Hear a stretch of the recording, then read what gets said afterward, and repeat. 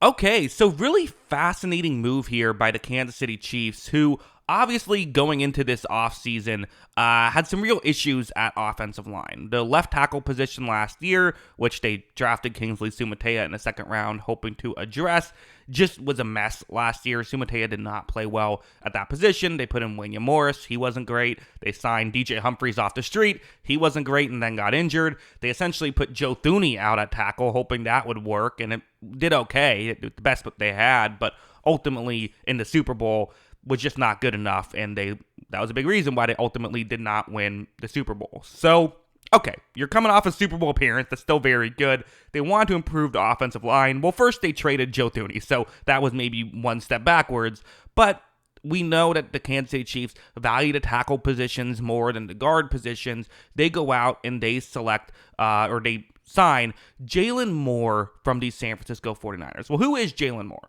So first, let's use our friends at PFF to just kind of give a grading scale there. I know it's not everyone's cup of tea, but let's just use it for an example. 25th highest graded tackle last year out of 141 eligible. Okay, that's great, right? Getting a tackle of that caliber.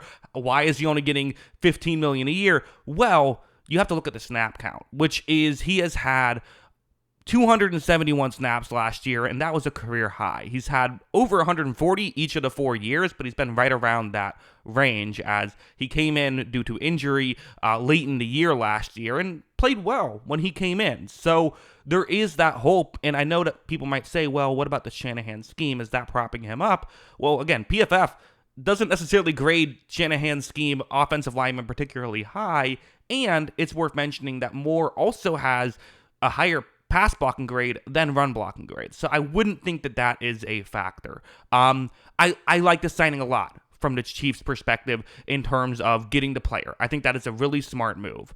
The question that I would have, and I think the question that other people are going to have, is $15 million a year. You could have just kept Joe Thuney instead of making this move. They're essentially choosing him over Joe Thuney. And I think that's what you look at. And listen, they value tackle more than guard. They also think Sumatea will be able to play guard. I can't speak on that. I haven't seen Sumatea in practice. We'll see how that works. You could argue this is a bit much for a very unproven player. But again, I mean, how often do teams spend a lot of capital drafting a player that's more unproven than someone like Jaylon Moore, who at least has shown that he can be effective in the NFL? Moore was a former 5th-round pick with the 49ers, and again, they always viewed him as a depth piece. They never viewed him as a starter, but when he came in the last 5 games of the season as a starter last year, he looked like not just a starter, but a good starter. So it's fascinating, and this is probably what the Chiefs are going to do.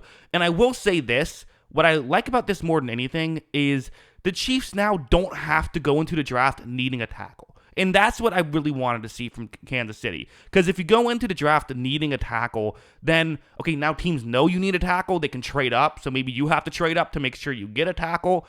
Maybe the tackle just doesn't fall. And now do you reach for one that's not that good? Or do you just draft somewhere else, but then you don't have a great tackle situation? You wanted to make a move like this. I think it's what they had to do. So again, we can sit here and argue, could they have spent more money somewhere else? Could they have done this or that? Is this a hair too much? Whatever. They're getting the player that they want, and they're fixing their biggest issue. So I like this move from the Chiefs' perspective. But yeah, those are my thoughts on the Kansas City Chiefs improving their offensive line. But yeah, those are my thoughts on all of this. What are yours? Let me know in the comments below. Always love hearing from you. And of course, as always, thanks for watching.